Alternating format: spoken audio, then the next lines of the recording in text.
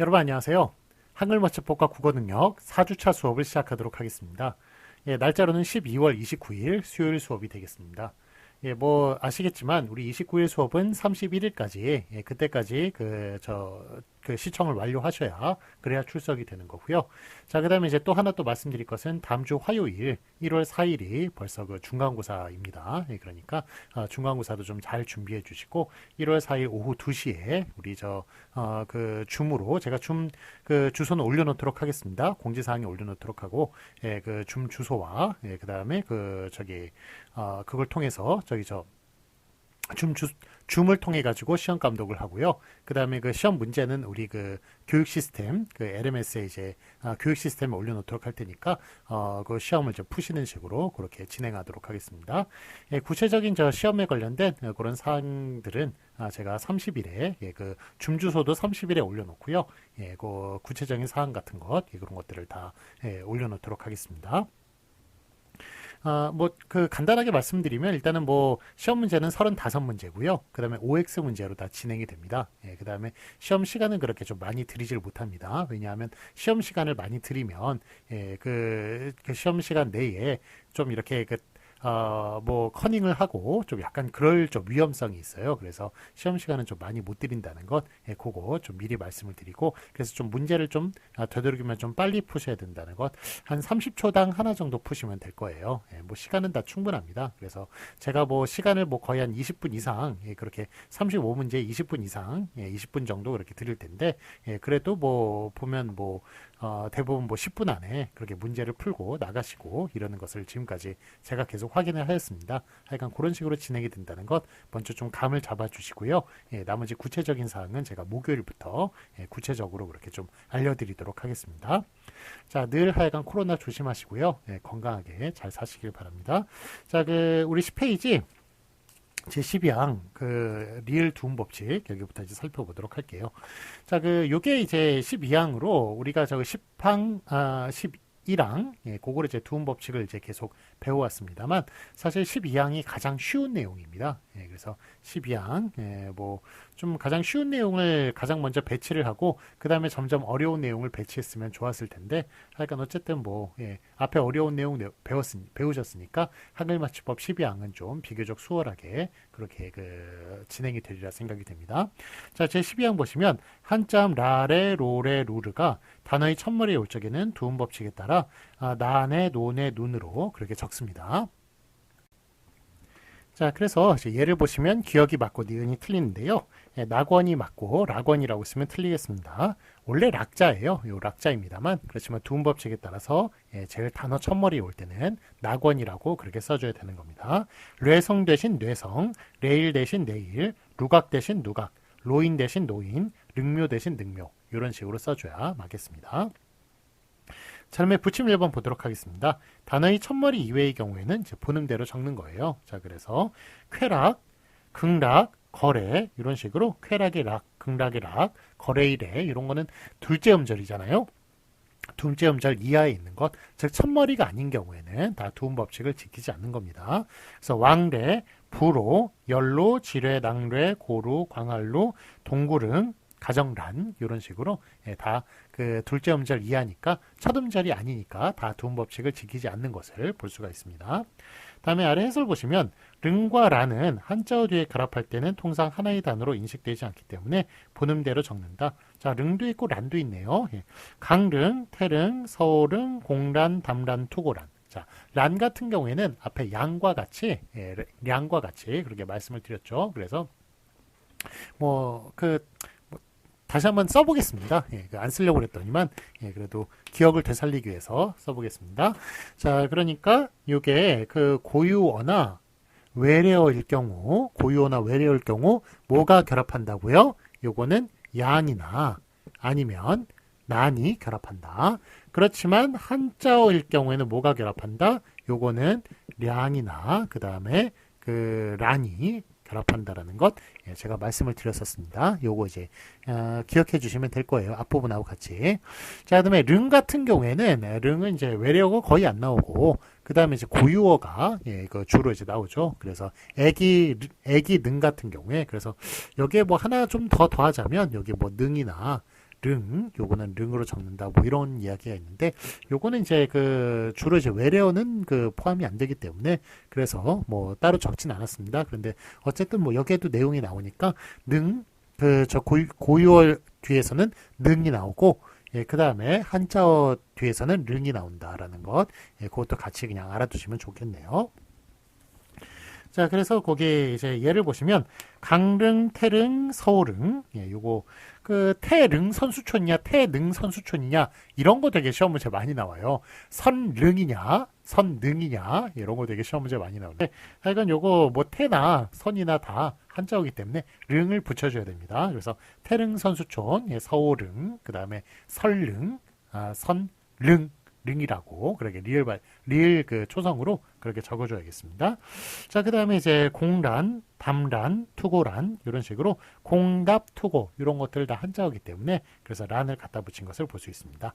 자, 근데 아래 다만 예컨대 어린이 난, 어머니 난 이거는 고유어군요. 어린이, 어머니. 그 다음에 가십 이거는 외래어. 군요. 예, 그러니까 이럴 때는 또 난을 붙인다고 말씀을 드렸죠. 이렇게. 그래서 어린이 난, 어머니 난, 가심난과 같이 고유어나 구미 외래어 뒤에 결합하는 경우에는 한글 맞춤법 10이랑 부침 4에서 보신 개연, 구름, 양의 경우처럼 두음 법칙을 적용하여 적는다. 자, 그래서 앞에 제가 양하고 그 다음에 난을 지금 같이 설명을 드렸죠. 그래서 이렇게 지금 또 묶여서 나옵니다. 예, 그렇기 때문에 제가 말씀을 드렸습니다. 자, 그래서 어쨌든 뭐 다시 말씀드리면 고유어 외래어 뒤에서는 양과 난을 결합시키고 그 다음에 한자어 뒤에서는 량과 란을 결합을 시킨다라는 것, 꼭 기억해 주시면 되겠습니다.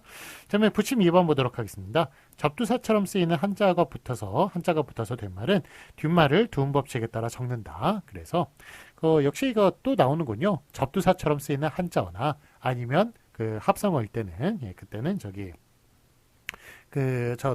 뒤에 말을 끊어서 읽으니까 두음 법칙을 적용을 시킨다라는 그런 내용이에요.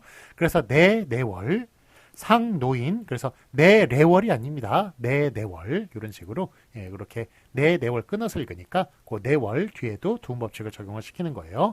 상노인 이런 식으로 상로인이 아니라 상노인이라고 그렇게 읽어주는 겁니다. 중노동 비논리적 이런 식으로 이렇게 다 두음 법칙을 적용을 하고 있습니다. 그러니까 한자처럼 쓰이는 접두사, 접두사처럼 쓰이는 한자 미안합니다. 미안합니다. 접두사처럼 쓰이는 한자, 이런 게 이제 붙었을 때는 뒤에 끊어서 읽으니까 두음 법칙 적용한다. 그런 내용이 되겠고. 자, 다음 11페이지 보도록 하겠습니다. 자, 해설 보시면, 위에 해설 보시면, 고랭지는 표가 높고 찬 지방의 뜻을 나타내는 단어이므로 고냉지로 적지 않고 고랭지로 적는다. 자, 고냉지 한번 설명을 해볼게요. 고냉지입니까? 고랭지입니까? 요거 고랭지예요. 왜냐하면 요게 고랭 플러스 지이기 때문에 그렇습니다. 그래서 고랭지 채소 아시죠? 여러분 예전에 1박 2일이나 이런 데에서 대관령이나 그런 데 가가지고 거기에 보면은 대관령 되게 높잖아요. 거기에 배추를 다 심어놨어요. 그래가지고 배추를 다 이제 캐가지고 막 이렇게 옮기고 이랬던 그랬던 장면을 기억을 합니다. 그래가지고 저도 이제 고랭지 채소가 뭔지 알게 되었어요. 하여간 그렇게 높고 추운 지방에 그렇게 배추나 이런 거 심어놓으면 되게 싱싱하게 잘 자라나 봐요. 그래가지고 그런 것을 이제 고랭지 채소라고 하는데, 고랭지는 고는 높다는 뜻이죠. 랭은 춥다는 것이에요. 춥다는 뜻입니다. 그래서 높고 추운 곳이란 뜻이죠. 높고 추운 곳. 그래가지고 고랭이 요 지를 수식하는 이런 식의 이제 구조를 가지고 있어요. 그렇기 때문에 그래서 고랭을 이제 하나로 묶어야 되죠. 그러니까 이게 두음 법칙이 적용이 되지 않는 것이고, 만약에 이게 고냉지였으면 두음 법칙 적용이 되겠죠. 요게 지금 이게 끊어서 읽어야 되니까 요 두음 법칙 적용이 됐을 텐데, 요렇게 분석이 되는 것이 아니라 고랭 플러스 지로 분석이 되기 때문에 여기에 두음 법칙 적용하지 않고 고랭이라고 쓴다라는 이야기입니다. 그래서 고냉지가 아니라 고랭지가 되는 이유 아시겠죠? 높고 추운이 하나로 묶이기 때문에, 지역이라는 것은 따로 떨어지기 때문에, 그래서 여기에서 떨어지기 때문에 얘 둘은 하나로 묶여서 그래서 두음 법칙 적용하지 않는다라는 그런 이야기가 되겠습니다. 자, 그래서 해는 이제 그런 내용이에요. 다시 한번 읽어보겠습니다. 고랭지는 표고가 높고 찬 지방, 뜻을 나타내는 단어이므로 플러스 냉지로 적지 않고 고랭 플러스 지로 적는다. 그래서 고랭지다라는 것 기억해 주시기 바랍니다. 자, 아래 확인 문제 보도록 하겠습니다. 맞은 것을 오표하시오. 능묘가 있고 릉묘가 있네요. 자, 이거 단어 첫머리니까 두음법칙 지켜야겠군요. 능이라고 써줘야겠습니다. 그래서 능묘가 맞고요. 앞에 게. 그 다음에 부침 1번 보시면 태능이 있고 태릉이 있네요. 예, 둘 중에 뭐가 맞나요? 요거 태릉. 왜냐하면 이제 둘째 음절이니까 예, 그 첫째 음절 아니니까 두음법칙 지키면 안 되고요. 그 다음에 태가 또 이제 한자어입니다. 그렇기 때문에 태릉이라고 써줘야 맞는 것이죠. 그 다음에 투고란, 투고난 중에 뭐가 맞습니까? 이것도 투고란이죠. 그래서 요거는 이제 셋째 음절이면서 그리고 투고 앞에 있는 게 한자어기 때문에 그래서 투고란이라고 그렇게 써줘야 되는 앞에 게 맞습니다. 태릉은 뒤에 게 맞고요. 그 다음에 투고란은 앞에 게 맞는 거예요. 그 다음에 다만 보시면 가심난과 가심란이 있습니다. 자, 가식 같은 거는 외래어군요. 예, 외래어 뒤에서는 난을 붙여준다. 그래서 가심난 그런 식으로 앞에 게 맞고요. 그 다음에 어린이난, 어린이란 이런 경우에도 역시 어린이가 고유어기 때문에 난을 갖다 붙여줘야겠습니다. 그래서 어린이난 앞에 게 맞습니다. 그 다음에 부침 2번 보시면 실낙원이 있고 실낙원이 있네요. 요거는 실 플러스 낙원이죠. 그래서 요거는 접두사처럼 쓰이는 한자어 실이 붙은 것이기 때문에 실낙원 이렇게 끊어가지고 읽어서 그래서 두음법칙 적용을 합니다. 그래서 실낙원이 맞겠습니다. 뒤에 게 맞습니다. 그 다음에 참고로 고랭지 같은 경우는 고랭 플러스 지죠. 예, 고랭 플러스 지이기 때문에 요게 그래서 고랭지라고 그렇게 고 플러스 냉지가 아니라 고랭 플러스 지이기 때문에 앞에 것 고랭지로 그렇게 써줘야 맞는 것입니다. 자, 그럼 지금까지 두음법칙에 관련된 것 쭉 그걸 했습니다. 배워왔습니다. 그래서 하여간 뭐 두음법칙에 관련된 것 쭉 보시면 뭐 하여간 그 의존명사 같은 경우에는 두음법칙을 적용하지 않는다는 것이 많고 그 다음에 접두사처럼 쓰이는 한자어나 아니면 한자가 붙은 것이나 아니면은 합성어일 경우에는 이렇게 끊어서 읽으니까 뒤에 두음법칙을 적용해서 그렇게 뭐 읽는다는 그런 내용들 쭉 이제 반복이 되고 있는 것을 볼 수가 있습니다. 자, 그러면 여기까지 두음법칙에 대해서 배웠고요. 그 다음에 이제 11페이지 제6절 겹쳐나는 소리에 대해서 배우도록 하겠습니다. 한글맞춤법 13항 반복소리 표기를 보도록 하겠습니다. 제13항 한 단어 안에서 같은 음절이나 비슷한 음절이 겹쳐나는 부분은 같은 글자로 적는다라는 얘기예요. 자, 그래서 그 앞에 뭐 우리가 저기 똑똑, 딱딱 이런 거 배웠었죠. 그래가지고 똑똑, 딱딱 이런 식으로 그렇게 같은 음절이 반복이 될 때는 보통은 이제 무성음과 무성음이 연속이 됐을 때 똑똑같이 이게 무성음과 무성음이 연속이 됐을 때 뒤에가 된소리가 나더라도 된소리 되기 현상이 되더라도 표기에 반영을 안 합니다만 요 같은 경우는 예외죠. 이렇게 똑같은 음절이 반복이 될 때는 똑같이 그렇게 된소리로 적어준다라는 그런 내용이 13항의 내용이 되겠습니다. 딱딱 꽃꽃, 쌕쌕 이런 식으로 똑같이 적어주는 거예요. 놀놀 요거는 뭐 된소리는 아닙니다만 하여간 이렇게 똑같은 소리가 반복이 될 때는 비슷한 음절이 반복이 될 땐 비슷하게 똑같이 적어준다라는 이야기예요. 그 다음에 놀놀 그래서 놀놀이라고 따로 다르게 적어주지 않고 놀놀이라고 똑같이 적어준다는 이야기입니다. 씩씩 그 다음에 눅눅 똑딱 똑딱 밋밋 쓱싹 쓱싹 싹싹 쌉쌀 씁쓸, 짭짤, 연연, 불망, 유유상종, 누누이 이런 식으로 뒤에 연연불망, 유유상종, 누누이 같은 경우는 이건 한자어군요.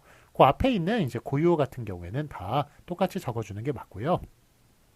자, 한자어 같은 경우에는 원래 이게 좀 다르게 적어주는 게 원칙이에요. 다르게 적어주는 게 원칙에 여기 예외가 나와 있는 겁니다. 그래서 연연, 불망, 유유상종, 누누이 이런 애들은 예외예요. 그래가지고 한자는 다르게 적어주는 게 뭐 농록지 않다 이런 식으로 농록 이런 식으로 다르게 적어주는 거예요. 원래 한자는.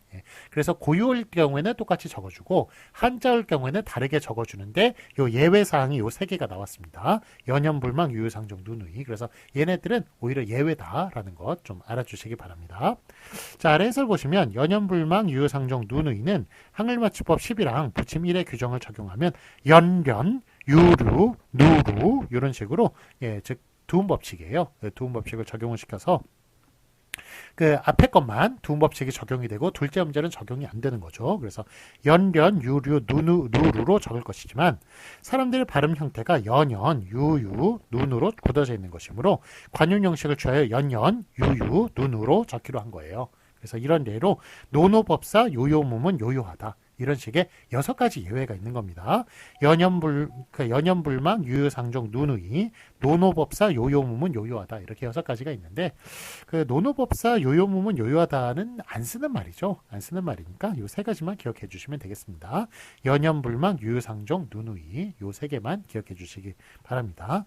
자, 뭐 노노법사, 요요무문, 요요하다 이런 말들은 다 무슨 뜻이냐면 노노법사 같은 경우에는 자, 불교에서 저 스님의 저기 스님의 스승이 있어요. 스승. 그분이 법사님입니다. 스승의 스승. 예, 그래서 그분이 법사님인데 그분의 스승님이 있어요. 그분이 노법사님이네요. 노법사님이고 그 다음에 그 노법사님의 또 스승도 있을 거 아닙니까? 예, 그러니까 그분이 노노법사예요. 예, 그래서 상당히 좀 그 할아버지로 치면 증조 할아버지에 해당하는 예, 그분이 바로 노노법사가 우리 친족으로 치면은 증조 할아버지에 해당하는 분이 노노법사라고 얘기할 수 있습니다. 그러니까 스승님의 스승님의 스승님이 되겠네요. 이런 식으로. 예, 그런데 뭐 이거는 좀 불교 용어로서 좀 한정된 그런 용어라고 얘기할 수가 있겠고요. 그 다음에 그 요요몸은 이거는 뭐 보잘것없이 이름이 알려져 있지 않다는 뜻이고요. 그 다음에 요요하다라는 것은 요요 부문하고 또 뜻이 연관이 없습니다. 요요하다는 고요하고 쓸쓸하다라는 그런 뜻이라고 해요. 예, 그런데 이런 말들은 거의 뭐 안 쓰는 말들이니까 기억하실 필요 없을 것 같고요. 연연불망, 유유상종, 누누이만 이렇게 똑같이 써준다는 것 기억해 주시면 되겠습니다. 자, 다음에 그 아래 보시면 그러나 그 밖의 경우는 제2음절 이하에서 본음대로 적는 것이 원칙이다. 그래서 낭랑하다, 냉랭하다 똑같이 안 적어주고 있군요. 이렇게 한자어는 다르게 적어주는 거예요. 즉 그래서 똑같이 적어주는 것은 고유어에 해당하는 것이고 한자어는 다르게 써주는데 그 예외 연연불망, 유유상종, 누누이만 3개만 예외다. 그 밖에 3개 예외 더 있지만 그건 아실 필요 없다. 예, 이렇게 종합을 할 수가 있겠습니다. 자, 그래서 뭐 계속 읽으면 농록하다, 늠름하다, 연년생 이거 좀 많이 틀려요. 그래서 연년생이라고 써야 되느냐, 연년생이라고 써야 되느냐. 연년생은 예외에 안 들어갑니다. 그래가지고 앞에 것만 두음법칙 적용해야 되는 거예요. 그래서 연년생 이런 식으로 써주는 게 맞다라는 것 기억해 주시고요. 염려불망, 영력하다, 인린하다, 적나라하다, 적나나하다가 아니라 적라라하다가 아니라 적나라하다 이런 식으로 써준다는 것 기억해 주시기 바랍니다. 자, 참고 보시면 딱따구리 있죠? 딱따구리가 딱따구리입니까? 딱다구리입니까? 예, 요거 좀 많이 헷갈리실 때 요게 저기 딱다구리를 예, 요 어떻게 뭐가 맞을까요? 예. 딱따구리가 맞을까요? 딱다구리가 맞을까요? 예. 자, 요게 예, 딱따구리가 맞아요. 왜냐하면 요게 어떻게 구성이 된 거냐면 딱딱에 요거 똑같이 써주는 거죠. 예, 비슷한 음절은 똑같이 써준다라는 게 바로 우리 지금 배우는 14망의 내용이니까 여기에 전미사 우리가 결합을 한 겁니다. 전미사 우리가 결합을 한 거기 때문에 그래서 딱딱을 생각하시면 돼요. 그래서 딱딱 이런 식으로 똑같이 예, 적어줘야 되는 겁니다. 예, 그래서 딱다구리가 아니다. 예, 딱따구리다라는 것 기억해 주시기 바랍니다. 자, 참고에 이제 그 내용이 나와 있는데요. 예, 참고 딱따구리는 딱딱에서 연유되었으므로 딱다구리라고 쓰지 않아요. 예, 그래서 뭐 딱따구리라고 써줘야 되고요.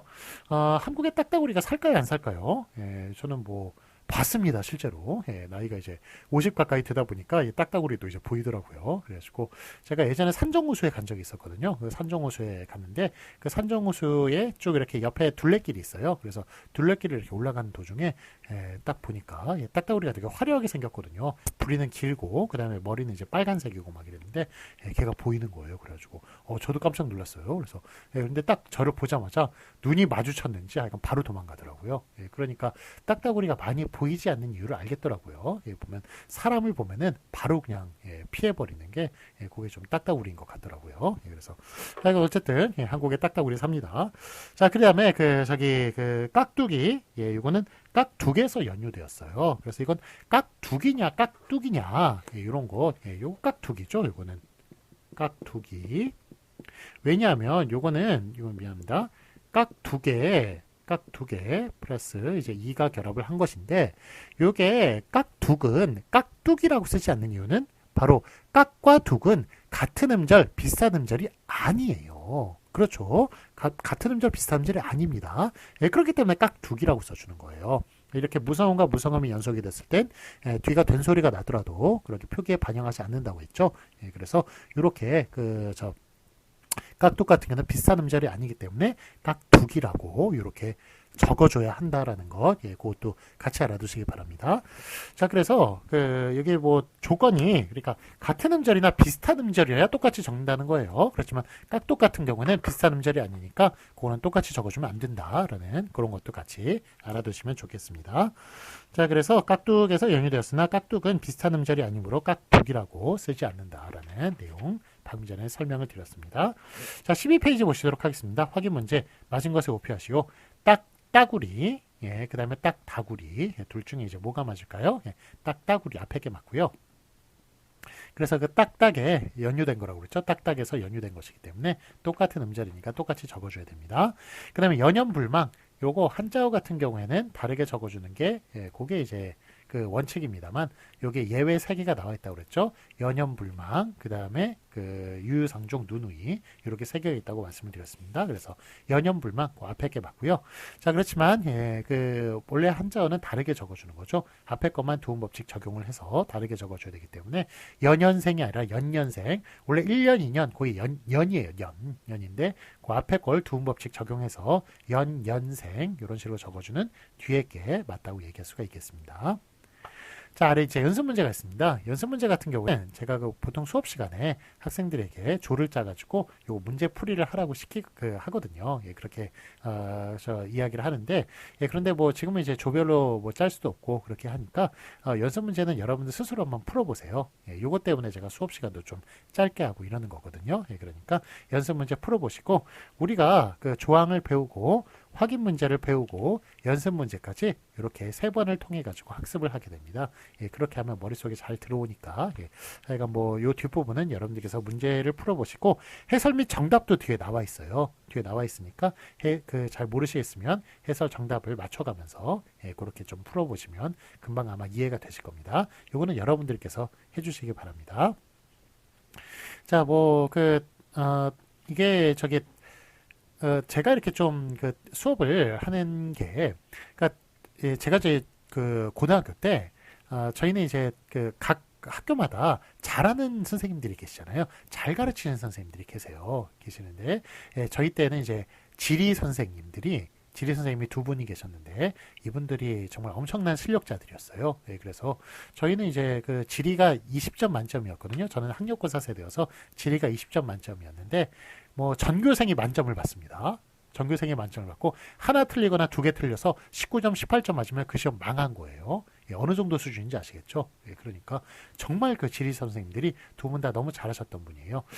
만약에 이제 국어, 영어, 수학 선생님들이 좀 너무 잘 가르치는 선생님이었으면, 예, 제가 공부를 좀 더 잘했겠습니다만, 예, 하여간 뭐 어쨌든, 예, 하여간 감사한 선생님들, 지리 선생님들 2분이 계셔서, 예, 그래서, 예, 2분이 하여간 가르치셨던 겁니다. 예, 저기 하여간 뭐 전국 1등이에요. 전국 1등. 예, 저희가 지리 과목만큼은, 예, 그랬던 분들인데, 하여간 이분들 2분의 공통점이 있습니다. 이 2분 다 엄청난 수다쟁이에요. 엄청난 수다쟁이. 예, 그래서 여기 뭐 수업 시간에 들어오시면 50분 내내 이렇게 수다를 이제, 예, 계속 얘기하시면서 가장 수다가, 그러니까 자기의 뭐 일상생활 이런 걸 얘기하시는 게 아니라 요 수업 내용을 갖다가 50분 동안 쉴 새 없이 얘기를 하시는데, 그야말로 반복 교육이에요. 반복. 그래서 귀에 정말 못이 박힙니다. 못이 박혀가지고 이거를 정말 뭐 수업 시험 문제로 보면 시험 문제가 딱딱 보여요. 이게 이 선생님이 몇 번을 반복하신 거구나 하고선, 예, 이렇게 딱딱 보일 정도로, 예, 이런 정도로 그렇게 수업을 가르치셨던 감사한, 예, 그런 분들이었습니다. 그래서 제가 그분들께 좀 많이 깊은 인상을 받아서 제가 지금 수업하는 것도 역시 마찬가지예요. 앞에 조항 배우고 확인 문제 배우고 연습 문제 이렇게 3번을 반복을 통해 가지고 여러분들이 좀 학습하게끔 그렇게 말씀을 드리고, 그 다음에 저도 좀 약간 말이 빠르고 계속 좀 반복을 하는 시기잖아요. 예, 그렇기 때문에 그 부분들 좀 이렇게 그 깊은 인상을 받아서 그렇게 한다는 것, 예, 그거 좀 예, 참고해 주시고 제가 좀 말이 좀 빠르더라도 예, 양해를 좀 부탁을 드립니다. 자, 그러면 우리 그 원래 그 제가 교재를 올려놓았죠. 교재를 이제 앞부분만 우리 1강만 올려놓았어요. 예, 그랬는데 원래는 이제 지난 주까지 즉 어제까지 제가 수업 요거 저기 그 교재를 준비해 달라고 그랬는데 하여간 뭐 어쨌든 그 1강이 지금 그 3주 그러니까 그 우리 프린트물과 1강이 3주 동안 이렇게 지속이 되었군요. 지속이 되었고 예, 이제 4주부터는 지금 이제 그 제 2강 이렇게 나가도록 하겠습니다. 다 교재 준비되셨죠? 예, 그러면 예, 우리 무리 없이 그렇게 2강은 올려놓지 못합니다. 다시 한 말씀 드리지만 제가 그 출판사하고 계약이 되어 있는데 특별히 부탁해서 1강만 올려놓은 거예요. 제가 2강까지 올려놓으면 저작권에 걸립니다. 예, 제 그 판권을 출판사가 가지고 있어요. 가지고 있기 때문에 자 그래서 하여간 뭐 저작권은 잘 가지고 있습니다. 아마 판권은 예, 거기가 가지고 있기 때문에 출판사가 가지고 있기 때문에 예, 그래서 올려놓지 못한다는 것, 예, 좀 양해를 부탁드리고, 꼭 하여간 교재 다 준비하셨으라고 믿고, 우리 그 뒷부분 나가도록 하겠습니다. 자, 18페이지 보도록 하겠습니다. 보시면, 제4장 형태에 관한 것, 예, 보도록 할게요. 제1절, 체온과 조사가 나오고, 그 다음에 제2절, 어간과 어미가 나오네요. 자, 여러분, 요거 저기 좀, 되게 쉬운 국어학에, 한국어학의 가장 기본적인 그런 내용인데 이걸 좀 모르고 계신 분들이 좀 있는 것 같더라고요. 자, 그래서 간단하게 말씀드리겠습니다. 조사하고 결합하는 건 뭔가요? 예, 조사하고 결합하는 건 체온이에요. 체온. 그 다음에 어미하고 결합하는 건 뭡니까? 어미하고 결합하는 건 용언입니다. 용언. 그래서 체온에 해당하는 것은 명사, 대명사, 수사 들어가고요. 용언에 해당하는 것은 동사, 형용사가 들어가죠. 예, 그래서 이렇게 조사하고 결합하는 건 체온이고 용언하고 결합하는 거는 어미하고 결합하는 건 용언이다라는 것. 요거. 그래서 용언을 다른 말로 이제 뭐 물론 이제 이건 이제 품사적으로 얘기를 하는 것이고 어간이라고 이렇게 뭐 또 이야기하기도 해요. 하여간 어쨌든 어미하고 결합한 것은 동사, 형용사다라는 것. 예, 그거 알아두시기 바랍니다.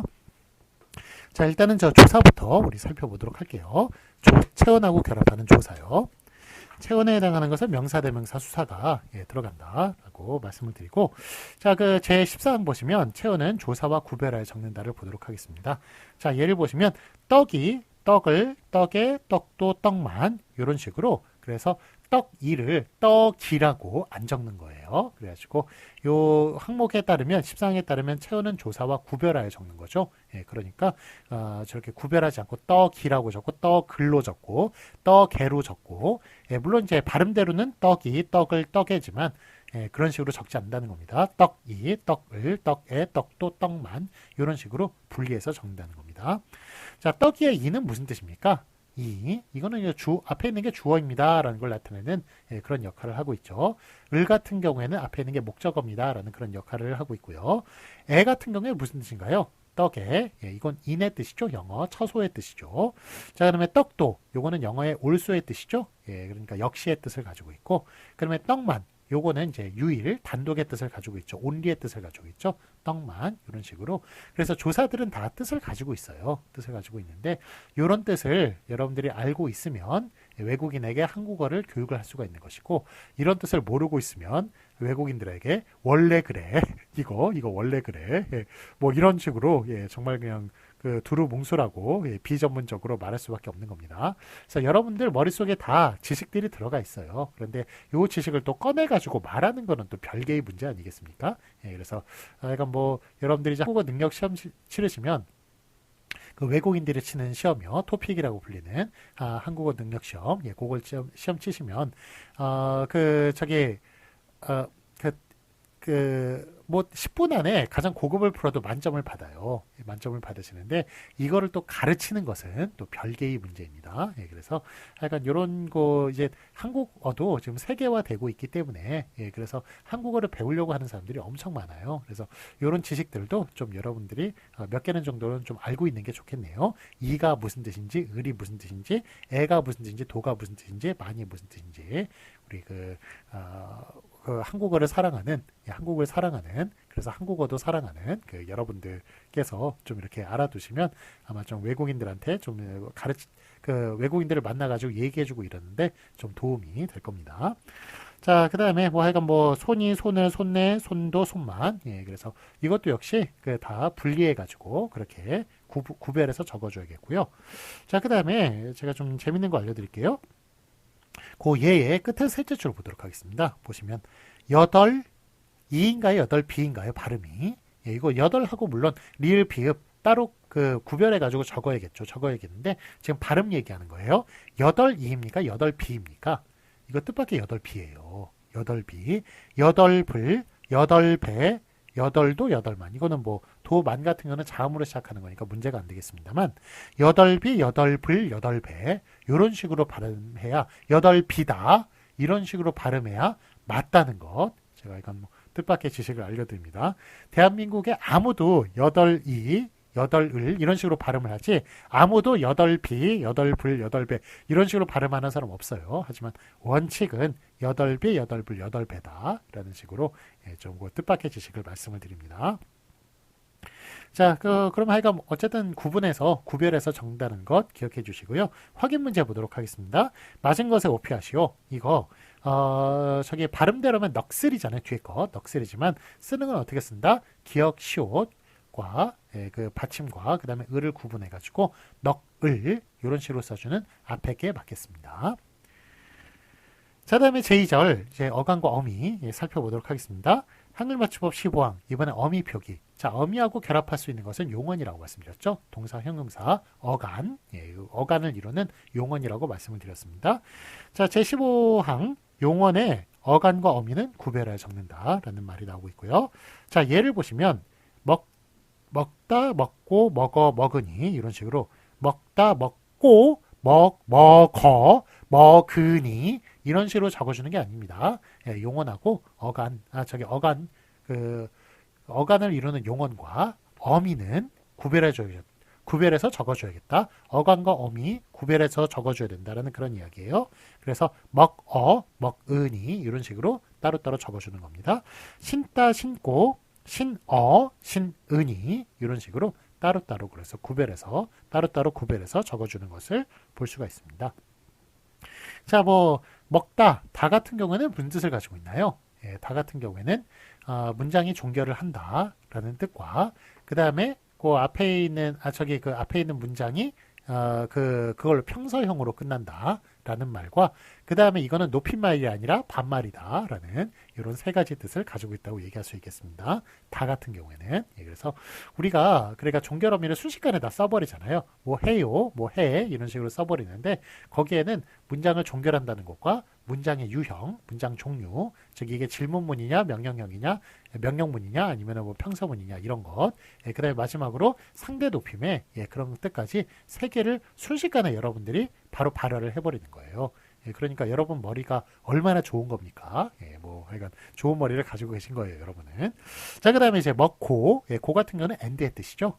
그다음에 먹으니. 여기에 어나 은이 같은 경우에는 비코즈의 뜻을 가지고 있습니다. 그래가지고 먹어 같은 경우는 먹어서 그 다음에 세 줄임말이고 먹으니는 은이가의 줄임말이죠. 예, 그런데 어쨌든 그런 것들은 둘 다 비코즈의 뜻, 까닭의 뜻을 가지고 있다. 그렇게 말할 수 있겠습니다.